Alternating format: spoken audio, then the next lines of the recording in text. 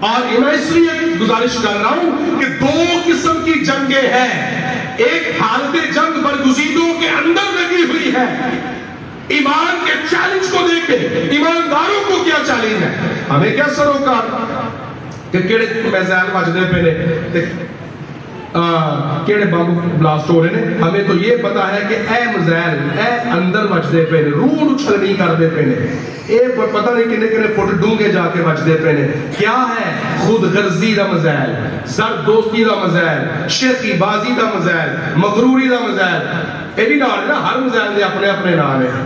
تے پہلو ہی دس دیتا ہے کہ آخری دنوں اندر بھی ایک جنگ ہوئی, اسپرچول ریلم کے اندر.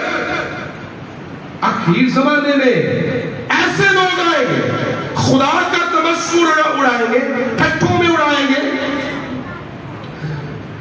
خدا جب نبوت کا کلام دیتا ہے تو نبوت کے کلام کا مقصد یہ ہوتا ہے کہ انسان توبہ کرے, اور توبہ نہیں کرے گا تو خدا اپنے منصوبے کو بڑے احسن طریقے سے لے کر آگے چل رہا ہے.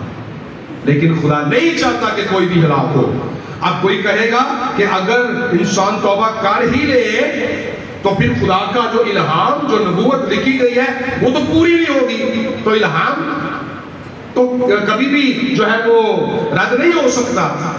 تو یاد رکھیں, خدا نے نبوتیں کی انسانوں کی توبہ کے لیے, الہام کے رد ہونے کے لیے نہیں. انسان کے لیے چوائس رکھی ہے. خدا کے پاس اپنے منصوبے کی تکمیل کا کوئی ایک ہی پلان تھوڑی ہے. اس کے پاس اے بھی ہے, بی بھی ہے, سی بھی ہے, اور اس نے اپنا اے ظاہر کر دیا ہے, بی سی نہیں دیا تاکہ اے پر لوگ توبہ کریں, اور اگر توبہ کریں گے تو بی اور سی کے مطابق آگے لے کر جائے گا لوگوں کو نجات. خدا نہیں چاہتا کہ بڑی تعداد میں ہلاکتیں ہو, جنگ و جدل ہو. خدا چاہتا ہے کہ لوگ عاجزی کریں, توبہ کریں, اور اس کی بادشاہی قائم ہو جائے گی. کب کیسے ہوگی, الہام سے ہٹ کر کیسے ہوگی؟ میں اور آپ خدا نہیں ہے. خدا اپنے منصوبوں کو خود پورا کرتا ہے. الہام کا مقصد یہ ہے کہ توبہ.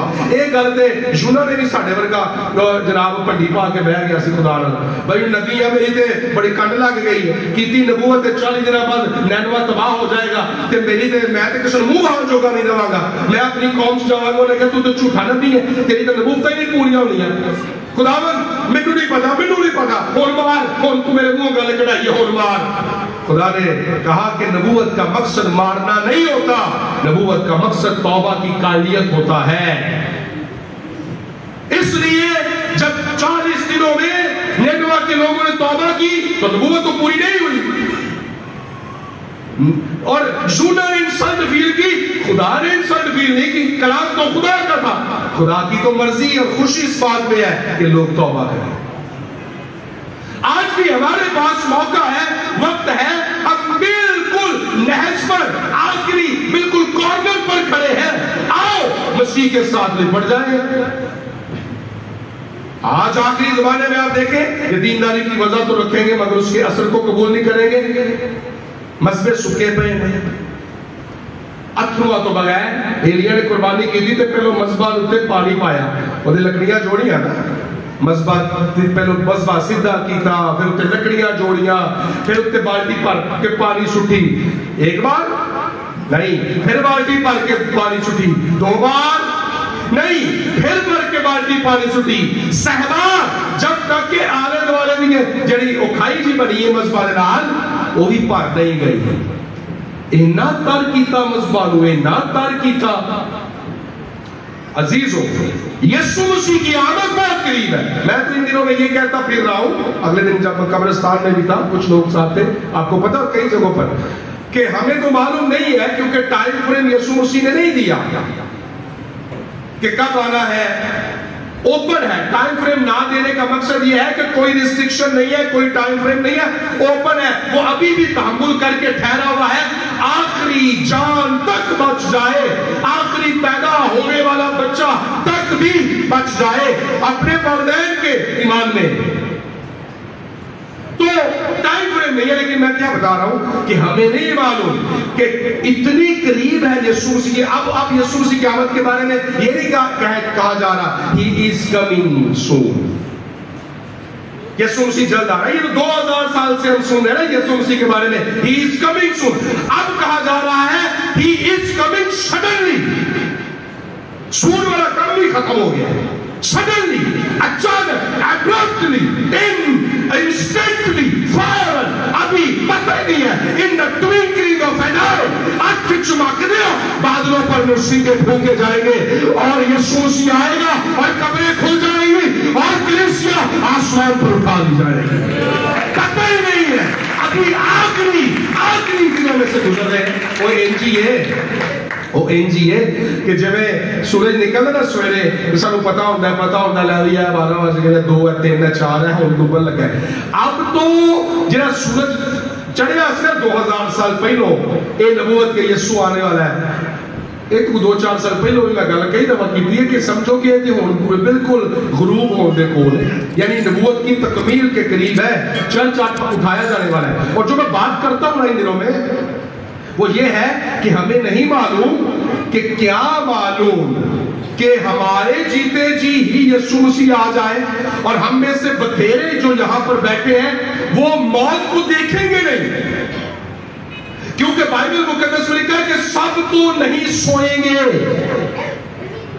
لیکن یہ لکھا ہے کہ سب بدل جائیں گے.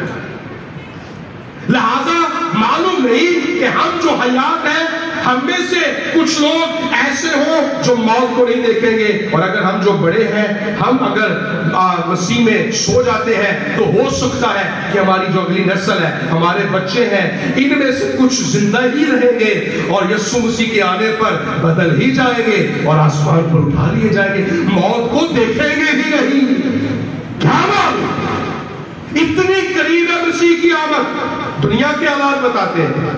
جب میں آپ کے ساتھ شیئرنگ کروں گا حزقیل کی کتاب, ویسے اس کی سٹڈی پوری حزقیل کی کتاب کی پوری جو بک کی سٹڈی ہے وہ میری یوٹیوب پر ہے, لیکن میں کوشش کروں گا کہ اس کو میں مزید خاص طور پر ان چیپٹرز کو اسپیسیفائی کر کے, آج کل پوری دنیا کے اندر لوگ اس کے اوپر جو ہے وہ سٹڈیز دے رہے ہیں اور کلام سنا رہے ہیں تاکہ چرچ کو انڈیکیٹ کیا جائے, چرچ کو بیدار کیا جائے کہ مذہبہ اور مسیح میں دوری ختم کر دو, فاصلے ختم کر دو.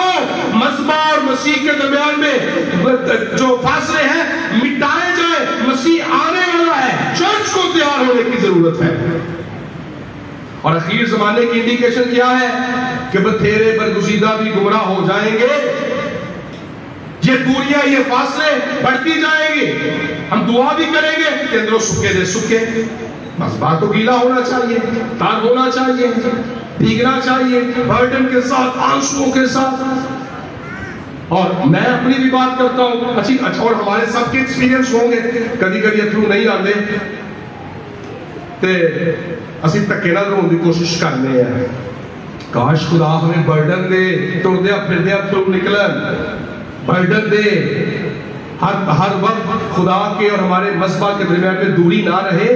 اسی مذہبہ نال لئی پھریے, جہاں جائے خدا کی حضوری کا احساس رکھے, آنسو بہائے خدا کی حضوری میں, برڈن لے کبھی کسی کام کے لیے کبھی کسی کام کے لیے, اور ہماری آنکھیں نم ہو جائے, تار ہو جائے. کاش ایسا ہو. یسوع مسیح آنے والا ہے اور اپنے آپ کو مسیح کی آمد کے لیے ہم تیار کریں. عزیزو, آخر میں یاد رکھیں کہ جو چرچ ہے, چرچ پریولیجڈ پیپل ہے. پریولیجڈ پیپل یعنی جو استحقاق چرچ کے پاس ہے نا وہ کسی کے پاس نہیں اس روئے زمین پر. اور چرچ کے پاس استحقاق بڑا کیا ہے؟ چرچ کے پاس استحقاق یہ ہے کہ ابھی آخری زمانے میں جو جیسی نبوتیں ہیں متی 24 باب میں بھی, تو چرچ جو ریپچر ہے وہ اٹھا لیے جائیں گے اور بادلوں پر استقبال کیے جائیں گے. یہ پریولیج صرف چرچ کے پاس ہے. کیا پریولیج ہے؟ کہ church before the throne of grace ہے, before the throne of judgment نہیں ہے. یہ چرچ کے پاس پریولیج ہے. جو یسوع مسیح کو قبول کرتے ہیں نا وہ عدالت کے تخت کے سامنے کھڑے نہیں ہوتے, کیونکہ مسیح پر ایمان لانے کے سبب سے صلیب پر آلریڈی عدالت ہو چکی. خدا کے بیٹے یسوع مسیح نے ہمارے پاپوں کی خاطر صلیب پر جان دی. خدا کی عدالت, خدا کے غضب کا سامنا کیا. لہذا صلیب کے دامن میں آنے والے گویا آلریڈی مسیح کی عدالت کے سبب سے خدا کے فضل میں آ جاتے ہیں، جو مسیح پر عدالت خدا کی ہو گئی ہے، تو ہم تو تھرون آف گریس میں ہیں۔ تو جب قوموں کے لیے تخت لگیں گے نا، عدالتیں ہوگی، تو چرچ تو آلریڈی لکھا ہے کہ کیا تمہیں نہیں پتا کہ 12 قبیلوں کا انصاف کریں گے؟ اس کی تھیولوجیکل جو ایکسپلینیشن ہے یہ کچھ اور ہے، لیکن چرچ کے پاس یہ پریویلیج ہے کہ 1000 سالہ بادشاہی میں چرچ یسوع کے ساتھ ہوگا۔ پرسیکیوشن سے میں پری جو ٹرائبولیشن ہے میں اس کا قائل ہوں، بعض مڈ ٹرائبولیشن کے قائل ہے، بعض پوسٹ ٹرائبولیشن کے قائل ہے۔ پوسٹ ٹرائبولیشن سے مراد کہ جیسا کلام میں لکھا ہے پہاڑوں ہم پر گر پڑو اور بڑی ہزار سالی ہوگی، اور جو حاملہ ہے ان کے لیے مشکل ہے، جو کھیت میں ہے وہ ادھر رہے، کاردہ کوٹے نہ چڑھے۔ تو یہ جو پوسٹ ٹرائبولیشن کے لوگ ہیں وہ کہتے ہیں کہ چرچ آخری زمانے کی مصیبت میں سے گزرے گا۔ پری ٹرائبولیشن کے کنوکشن رکھنے والے کہتے ہیں کہ چرچ پہلے زمانے کی ٹرائبولیشن میں سے گزرا، ہزار ثانی میں سے گزرا، اور 2000 سالوں سے ہزار ثانی سہ رہا ہے۔ لہذا چرچ مخالفی مسیح اینٹی کرائسٹ کے ظاہر ہونے سے پہلے اٹھا لیا جائے گا۔ پری ٹرائبولیشن تو چرچ جو ہے یہ پری ٹرائبولیشن 1000 سال سے پہلے آسمان پر اٹھایا جائے گا، اور زمین پر ایک بہت بڑی ہرمجدون، یجوج مجوج کے بعد بڑی جنگ ہونے والی ہے۔ چلے اس پر ہم بات کریں گے جب ہم فزیکل جنگ کی بات کریں گے۔ آؤ اپنے اسی اندر چاہتی ماریے کہ یہ جو ہے جڑے نشتر، جڑے مزائل، جڑے برود نے، یہ جڑے ہتھیار اندروں سانو وڈ دے پے نے، ہم ان پر غور کریں کہ او نہ ہوئے کہ باہر دی جنگ دے چکراں وچ اسی اندروں ہار پئیے۔ ہمارا چرچ کا باہر کنسرن نہیں ہے، چرچ کا اندر کنسرن ضرور ہے کہ اسی اندروں اپنے آپ کو پاک کریے یسوع کے خون سے دھوئے۔ بے شک چرچ پریپیئرڈ ہے اندر باہر سے، پر اندر کی جنگ جیتنا بڑا ضروری ہے۔ بتھیرے جرنیل، بہت سارے لوگ، وہ فاتح لوگ جنہیں نا وہ بھی خودکشیاں کر دیں، سیلیبریٹیز بھی خودکشیاں کر دیں، بڑے بڑے جرنیل، بڑے بڑے فاتح خودکشیاں کر لیں کیونکہ اندروں ہرے ہوتے ہیں۔ باہروں جب جنگ نہیں چنگا، اندروں ہرے ہوتے ہیں۔ تو آؤ اندر کی نجاست، اندر کی گندگی کو ختم کریں اور خدا کے ساتھ کمیٹڈ زندگیاں گزاریں، اور اسی سے خدا کا جلال ظاہر ہوگا۔ ارامیوں کے لشکر کا سردار سپہ سر کیا نام تھا اس کا؟ او اسرائیل کی ایک چھوٹی بچی نے اس کو کچھ کہا تھا، نعمان۔ اچھا نعمان اوپر سے تو سپہ سالار ہے، جنرل، فاتح جنگجو، لیڈر فوجوں کا، اور اندر سے کیا تھا؟ کوڑی۔ اوپر سے بردی خوبصورت، تمگے شمگے بیج شیج لگے ہوئے نے، فاتح جناب ٹردہ دگے پیچھے کمانڈ اس کی گلہ ہی بڑی ہے گور میں، لیکن اندر سے کوڑی۔ تو اس بچی نے کہا کہ اس ضرورت اس کو یہ ہے کہ ایک اندروں بھی اونا ہی پاک ہوئے، ایک اندروں بھی اونا ہی پجا ہوئے، جنہ باہر بچکا ہے نا ایدہ اندروں بھی اونا بچکا ہوئے، اندروں اے اپنے آپ نو نیوا سمجھ رہا ہے، کسی نے سامنے نہیں آندا، اندروں اے بالکل کھوکھلا ختم ہوا، جنہیں دیمک اندر سے چاٹ لیتی ہے نا، اتوں کیوں جی کدھر گئے کروں بھائی، اتوں جنہی مرضی پالش کرو، اتوں جنہی مرضی جناب چمک مارو، تے جے اندر لکڑی نو کھوڑ لگا ہوئے تے چمک جنی مرضی اتے ہوئے، جے کھوڑ اندر لگا ہوئے تے پھر کی ہوئے گا؟ ہلکی جی دب نال ساری چمک نظر آ جائے، پتہ لگ جائے گا ان کی نہیں کچھ چمک۔ آؤ اندر سے اپنی جنگ جیتنے کی کوشش کریں تاکہ ہماری زندگیوں سے خدا کا جلال ظاہر۔ خدا مجھے اور آپ کو اس کلام کے